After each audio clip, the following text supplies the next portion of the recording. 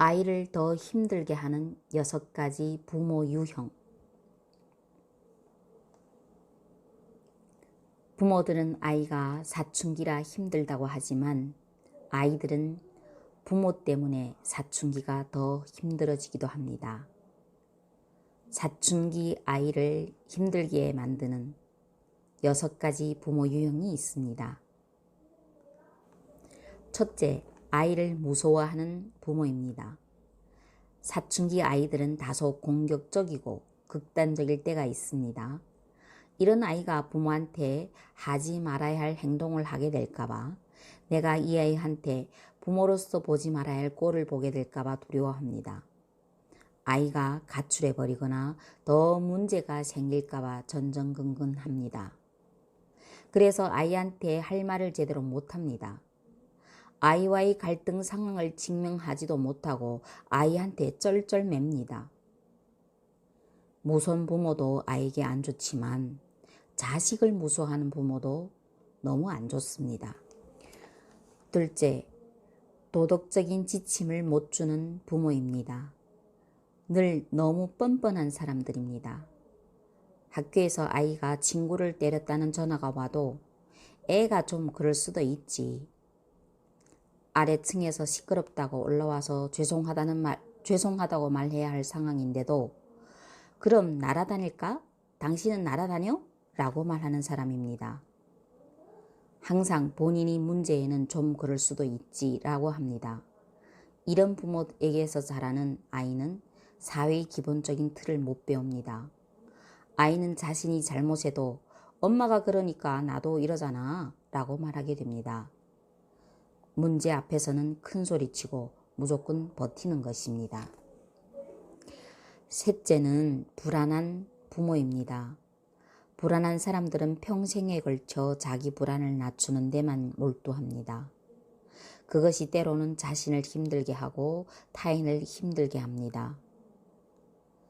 아이가 좀 걱정됩니다.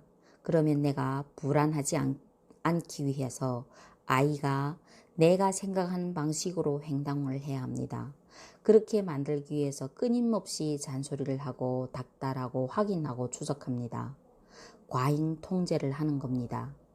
그러다 보니 매일 아이에게 화내고 싸우게 됩니다. 네 번째는 감정 조절이 안 되는 부모입니다. 쉽게 욱하거나 감정 기복이 심한 사람들입니다. 이들은 쉽게 감정이 극대화됩니다. 작은 것에서 시작했다가 중간에 감정이 갑자기 증폭되어 나중에는 화를 버럭 내고 있습니다. 보통 출발은 별거 아닙니다. 너 연필도 안 깎아놨어? 라고 시작해. 전쟁에 나가는 사람이 총을 안 들고 나가서야 되겠느냐? 자세가 안 됐어. 내가 제대로 하는 걸 못 봤다. 넌 뭘 할 때마다 내 말을 안 듣더라. 내가 언제 내 말을 고분고분 들어준 적이 있느냐? 내 아빠 엄마랑 똑같다. 내가 죽어야 이 꼴을 안 보지. 로 끝납니다.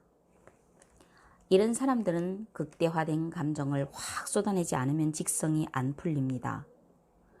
극대화되니까 그 양이 너무 커져서 쏟아내지 않고는 못 배기는 것도 있습니다. 이런 사람들은 반드시 치료를 받아야 합니다. 다섯 번째는 밖에서 보내는 시간이 많은 부모입니다. 경제적인 이유로 그렇다면 아이들도 이해합니다. 하지만 본인이 유흥을 위해서나 혹은 다른 사람을 챙기느라 가정은 챙기지 않습니다. 이런 부모의 중심은 아이가 아닙니다. 아이도 그것을 압니다.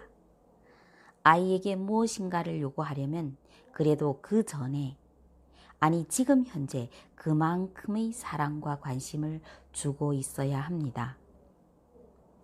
부모가 생각하기에가 아니라 아이가 느끼기에 시간이든 마음이든 확실히 투자하고 있어야 합니다. 마지막으로 무능력한 부모입니다. 소득이 많고 적음을만 하는 것이 아닙니다. 자기 삶을 열심히 살지 않는 것, 최선을 다해서 아이를 돌보고 가르치지 않는 것을 말합니다. 아이들은 끊임없이 부모를 보고 있습니다. 나름대로 부모의 옳고 그름을 계속 판단합니다.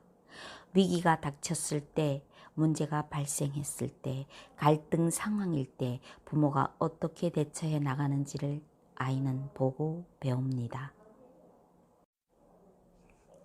사춘기 아이를 둔 부모님에게만 해당되는 이야기가 아닐 것입니다.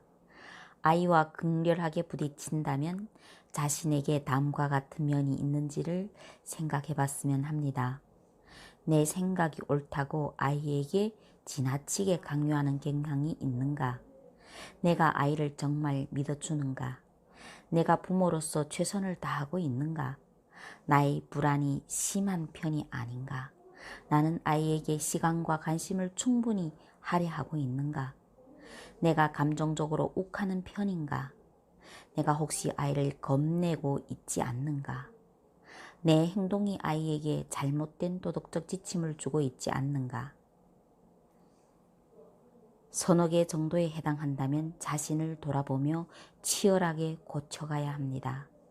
거의 대부분에 해당된다면 꼭 전문가를 만나봤으면 합니다. 내 안에 해결되지 못한 뭔가 근본적인 문제가 있을 수 있습니다. 그 문제는 나를 넘어서 아이를 힘들게 할 수 있습니다. 사춘기 아이에게 일어나는 문제는 비단 아이에게서 기인한 것만 아닐 수도 있다는 것을 기억했으면 합니다.